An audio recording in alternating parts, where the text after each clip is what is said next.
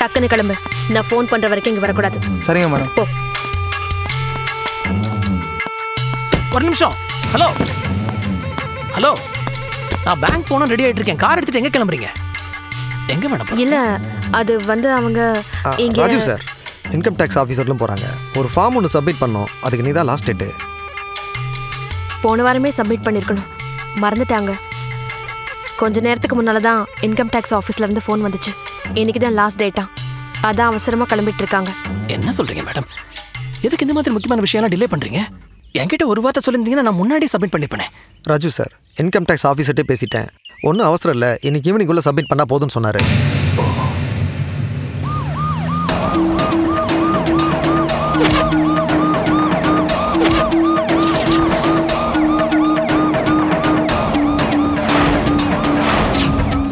நாகராஜ், எதுக்கு ஈவினிங் வரைக்கும் வெயிட் பண்ணிட்டு உடனே கிளம்ப சொல்லுங்க.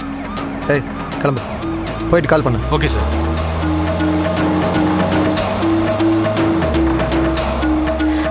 ராஜீவ் வாங்க.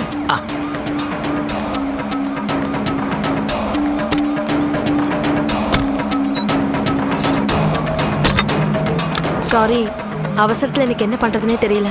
உங்கள் பெர்மிஷன் இல்லாமலே உங்கள் காரை யூஸ் பண்ண வேண்டியதாக போச்சு. அதனால என்ன மேடம், என் பெர்மிஷன் இருக்கு. ஆஃபீஸ் யூஸுக்கு தான் கார் ஃபர்ஸ்ட். சரி, நீங்கள் போங்க. ஓ மேடம், போலீஸ் ஜீப் வருது.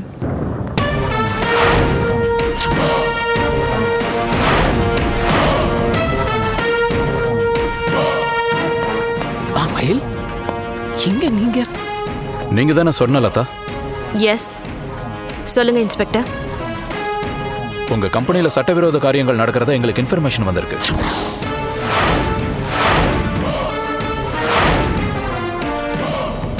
உங்க இடத்த சோதனை போட வந்திருக்கோம்.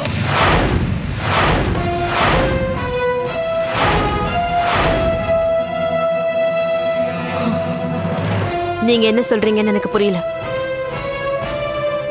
நீங்க கள்ள நோட்டு அடிக்கிறதா எங்களுக்கு தகவல் கிடைச்சிருக்கு.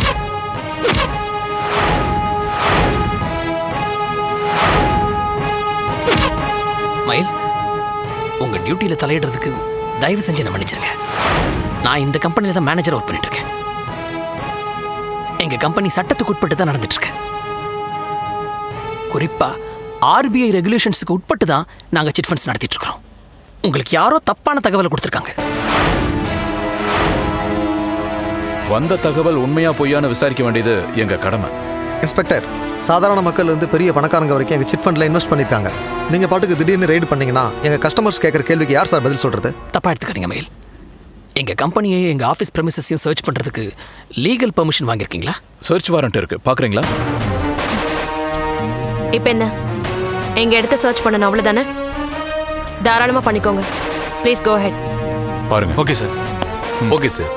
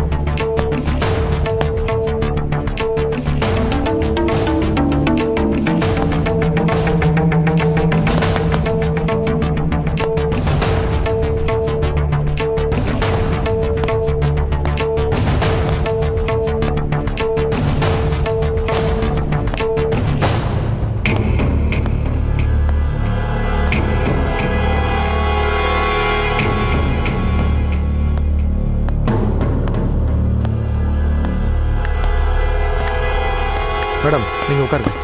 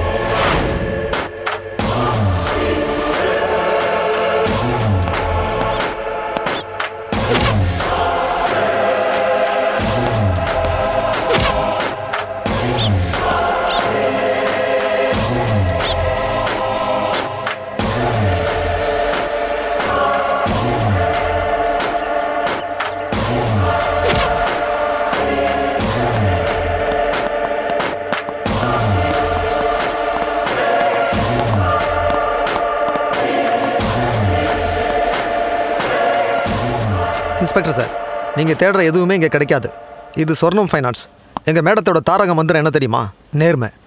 அவங்க சம்பாதிக்கிற ஒவ்வொரு 10 பைசாவுக்கு பின்னாடியும் அவங்களோட அயராத உழைப்பும் நேர்மையும் இருக்குது. அப்படிப்பட்டவங்களை போய் நீங்கள் சந்தேகப்படலாமா சார்? சாரி மேடம், உங்களுக்கு தொந்தரவு கொடுத்துட்டோம். மயில், எங்கள் கம்பெனியுடைய கணக்கு வழக்கெல்லாம் நான் தான் பார்த்துட்ருக்கேன். சட்டவிரோதமான பணம் 1 பைசா கூட எங்கள் கம்பெனிக்குள்ளே வர்றது கிடையாது. எங்கே போய் கள்ள நோட்டு அச்சடிக்கிறாங்கன்னு நீங்கள் சொன்னீங்க பார்த்தீங்களா? அதான் இந்த வருஷத்துடைய பெஸ்ட் ஜோக். எங்க சொர்ணலதா மேடம் பத்தி உங்களுக்கு தெரியாது. பிசினஸ்ல கிடைக்கிற லாபம் அத்தனையும் கம்பெனி ஸ்டாஃப்கே போனஸா பிரிச்சு கொடுத்துறாங்க. இவங்க அதுல இருந்து 1 பைசா கூட எடுக்கிறது கிடையாது. இவங்க முதலாளியா இருக்கிறதுக்கு இவங்களுக்கு சம்பளம் மட்டும்தான் போகுது.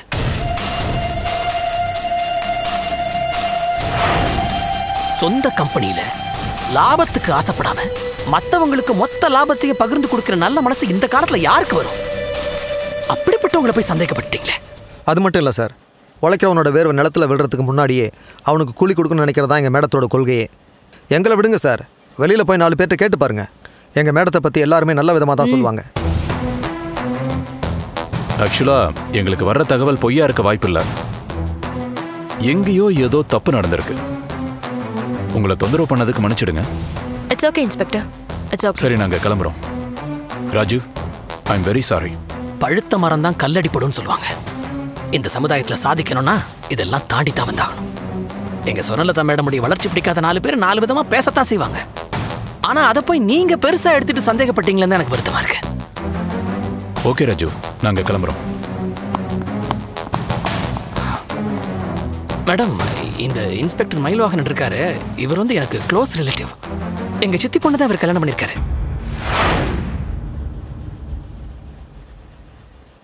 இதே கேஸ் கிடைச்சிருந்தா அமௌண்ட் பார்த்துருப்பாரு. ஒன்றும் கிடைக்கலன்னதும் அப்செட் ஆயிட்டார் போல. ஐயோ மேடம், நீங்க நினைக்கிற மாதிரி ஆள் அவர் கிடையாது. He is a honest police officer. பார்த்தாலே தெரியுது. ஓகே, நீங்க போய் உங்க வேலையை பாருங்க. Okay madam.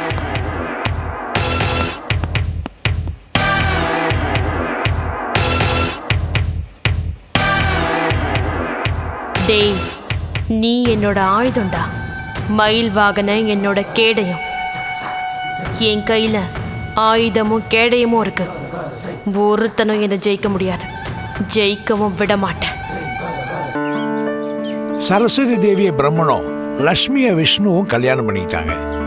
சிவபெருமான் கல்யாணமே பண்ணிக்காம இருந்துட்டார். வருஷ கணக்கா தவம் இருந்த சிவபெருமான எப்படி கல்யாணத்துக்கு சம்மதிக்க வைக்கிறதுன்னு பிரம்மனும் விஷ்ணுவும் கவலைப்பட்டாங்க. சிவபெருமானுக்கு ஏத்த பொண்ணு யாராவது இருக்காங்களான்னு பிரம்மங்கிட்ட விஷ்ணு கேட்டார். அப்ப பிரம்மன் தன் மகனுக்கு பிறந்த சதியை சிவனுக்கு கல்யாணம் பண்ணி வைக்கலான்னு யோசனை சொன்னார். சதி சின்ன வயசுல இருந்தே சிவபெருமானுடைய தீவிர பக்தர். சிவனுக்கு பணிவிட பண்ணிக்கிட்டே அவருக்கு மனைவியா வாழ ஆசைப்பட்டாங்க. பல இடங்கள்ல இருந்து வரன் வந்தாலும் அதை எல்லாத்தையும் வேணான்னு சொல்லிட்டு சிவபெருமானையே நினைச்சுக்கிட்டு சதி தவம் இருந்தாங்க. தீவிர தவத்தில் இருந்த சதி சாப்பாடு தண்ணி இல்லாம விரதம் இருந்தாங்க. அது தெரிஞ்ச சிவன் சதி முன்னால காட்சி கொடுத்தார்.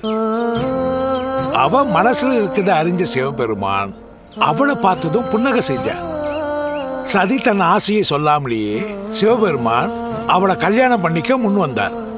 இதுதான் சிவபெருமான் சதியை மணந்த கதை.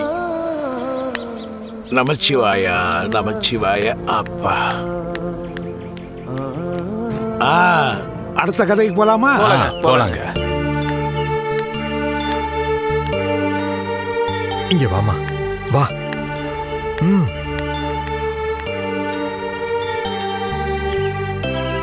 ஏமா, நீ வந்து ரொம்ப நேரம் ஆச்சாமா?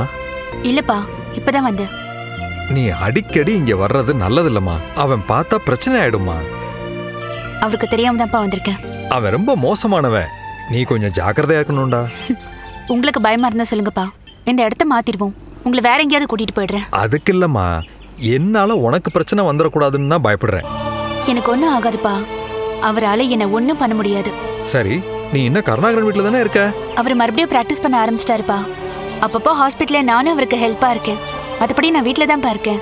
பார்த்து ரொம்ப கவனமா இருந்துக்குமா. அவன் ரொம்ப எமகாதகன். நீ எங்க இருந்தாலும் உன்னை தூக்கிட்டு போக அவன் தயங்க மாட்டான். ஆல்ரெடி என்ன கடத்துறதுக்காக கஸ்தூரி ஹாஸ்பிட்டல சுத்தி வராரு. பத்தாததுக்கு கருணாகரன் வீட்டை சுத்தியும் ஆளுங்களை போட்டு வச்சிருக்காருப்பா. அம்மா இன்னும் எத்தனை நாளைக்கு நம்ம பின்னாடியே சுத்த போறான்னு தெரியலையம்மா. இத பாருங்கப்பா, என்ன பிடிச்சிட்டா ஏன் மூலமா உங்களை பிடிச்சிடலான்னு நினைக்கிறாரு. ஆனா அவரால் என்னையே பிடிக்க முடியல. அப்புறம் எங்கன்னு உங்களை நெருங்குறது? அதுக்கெல்லாம் வாய்ப்பே இல்லப்பா. எதுக்கும் கொஞ்சம் ஜாக்கிரதையா இருமா. அவன் கொலை பண்ண கூட தயங்க மாட்டான். என்னை விட உன் மேலதான் அவனுக்கு கோபம் ஜாஸ்தி. அப்பா, இன்னொரு முக்கியமான விஷயம் சொல்லுமா. கருணாகரன் வீட்டுல ஷியாம பார்த்தேன். ஷாமா? சுஷ்மாவை பத்தி உங்களுக்கு சொல்லிருக்கேன்லப்பா. ஆமாம்மா, இன்ஸ்பெக்டர் மயில் வாகனனோட பொண்டாட்டி. அவளேதான். சுஷ்மாவோட அப்பா தான்ப்பா ஷியாம். லண்டன் ஷாமா? அவரே தான்ப்பா. அவனுக்கு உன்னை நல்லா தெரியுமேம்மா. நானும் அப்படிதான்ப்பா நினைச்சேன். ஆனா அவருக்கு என்ன சரியா அடையாளம் தெரியல. எங்கேயோ பார்த்த மாதிரி இருக்கேன்னு சொல்லிட்டு இருந்தாரு. அது சரிம்மா, நீ யாருன்னு கண்டுபிடிச்சா என்னமா பண்றது? அவர் கொஞ்ச நாள்ல லண்டன் போயிடுவாருப்பா. ஷாம் மூலமா கருணாகரனுக்கு என்ன பத்தி தெரிஞ்சா பெரிய சிக்கலாயிடுமா. நம்ம தான் கவனமா இருக்கணும். நீங்க பயப்படாதீங்கப்பா, யாரும் நம்மள ஒண்ணும் பண்ண முடியாது.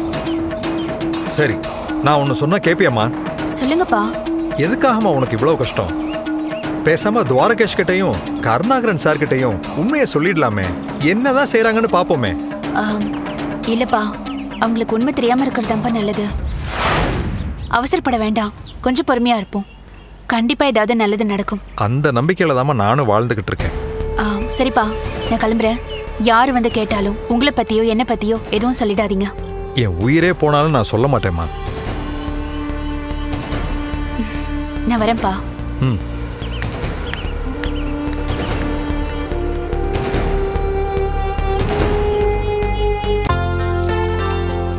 ராஜி, நீ உட்காரு. நீங்க 2 பேரும் முதல்ல சாப்பிடுங்க, நான் அப்புறம் சாப்பிட்டுக்கிறேன்.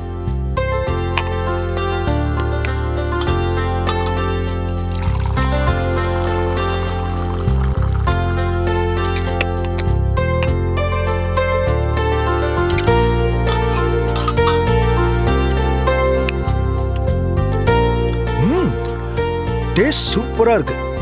லைஃப் லாங் சாப்பிடணும்னு ஆசையா இருக்கு. ஷாம், அப்போ ஒன்று பண்ணுங்க. நீங்க லண்டன் போகும்போது ராஜியும் கையோட கூட்டு போயிடுங்க. எனக்கு ஓகே. ஆனா அங்க சமைச்சு போடுற வேலையெல்லாம் இருக்காது. ஆபீஸ்க்கு வந்து என் கூட சேர்ந்து வேலை பார்க்கணும். அதுக்கு சம்மதம்னா I am okay with it. இங்க பாருங்க, என் அண்ணனையும் என் பொண்ணையும் விட்டுட்டு நான் எங்கேயும் வர முடியாது. ஆளை விடுங்க.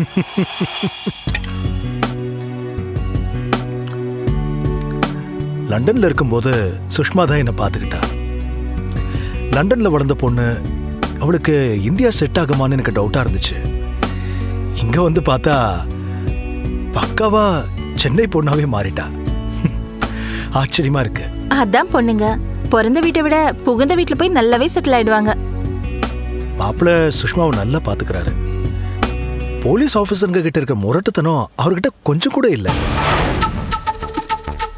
ரொம்ப மரியாதையா நடந்துக்கிறாரு.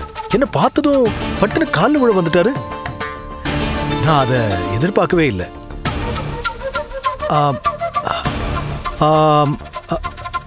இந்த கஸ்தூரி எங்க? அவ கிச்சன்ல பாத்திரம் தேய்ச்சிட்டு இருக்கா. சார், மயிலை பத்தி நீங்க என்ன நினைக்கிறீங்க? நான் சொல்றதுக்கு என்ன இருக்கு ஷாம். மயில் என் மகன் மாதிரி. சுஷ்மாவை நம்ம எல்லாரை விட அவன் நல்லா பார்த்துப்பான். மயில் உங்களுக்கு ரிலேட்டிவா என்ன? இல்ல இல்ல, நீங்க வேற. எங்களுக்கே சுஷ்மா மூலமா தான் இன்ட்ரோடியூஸ் ஆனாரு. ஷாம், என் மருமகளுக்கு போலீஸ்னாலே பயம். ரோட்ல ஏதோ தகராறு. அப்போ மயில் யூனிஃபார்மோட அங்க வந்திருக்காரு.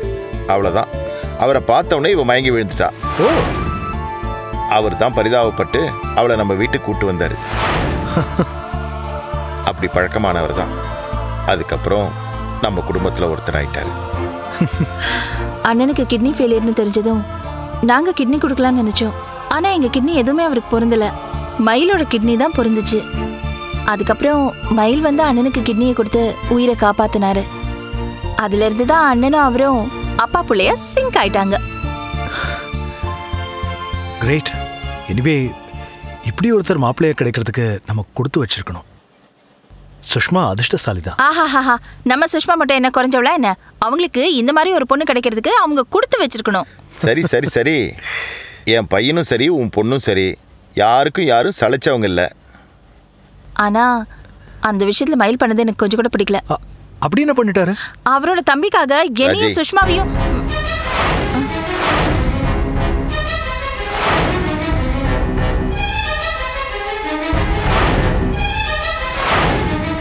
இப்போ எதுக்குமா அதெல்லாம்? சார் ப்ளீஸ் கொஞ்சம் இருங்களேன். நீ சொல்லு ராஜி, மாப்பிள்ளை என்ன பண்ணாரு?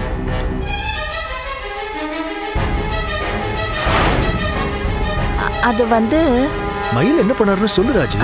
அது அது ஒன்றும் இல்லை. மயில வீட்டோட மாப்பிள்ளையாக்கி சுஷ்மாவை எங்கள் கூடயே வச்சுக்கணும்னு ஆசைப்பட்டேன். ஆனால் அதுக்கு மயில் ஒத்துக்கல. இல்லையே, இல்லை ஏதோ தம்பின்னு சொன்ன மாதிரி இருந்துச்சு.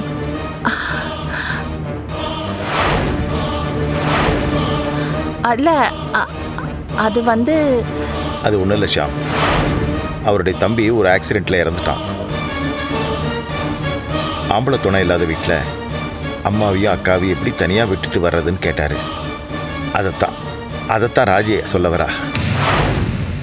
அப்படித்தானம்மா? ஆமாம் ராஜி, நீ பண்ணது தப்பு.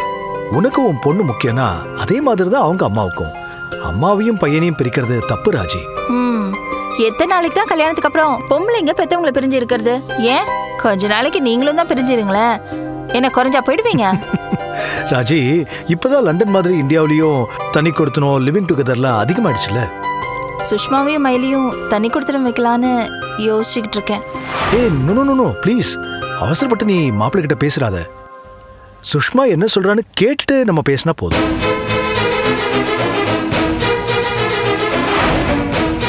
மோஸ்ட்லி புருஷன் பொண்டாட்டிக்கு நடுவில் பிரச்சனை வர்றதுக்கு காரணமே பேரண்ட்ஸாக தான் இருப்பாங்க.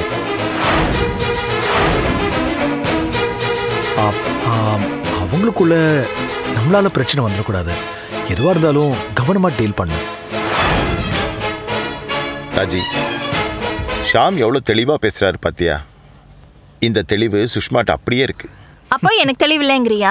ராஜி, நான் சண்டை போடுற மூட்ல இல்லம்மா, சாப்பிடுற மூட்ல இருக்கேன். பசிக்குதுமா, சாம்பாரை ஊத்துமா.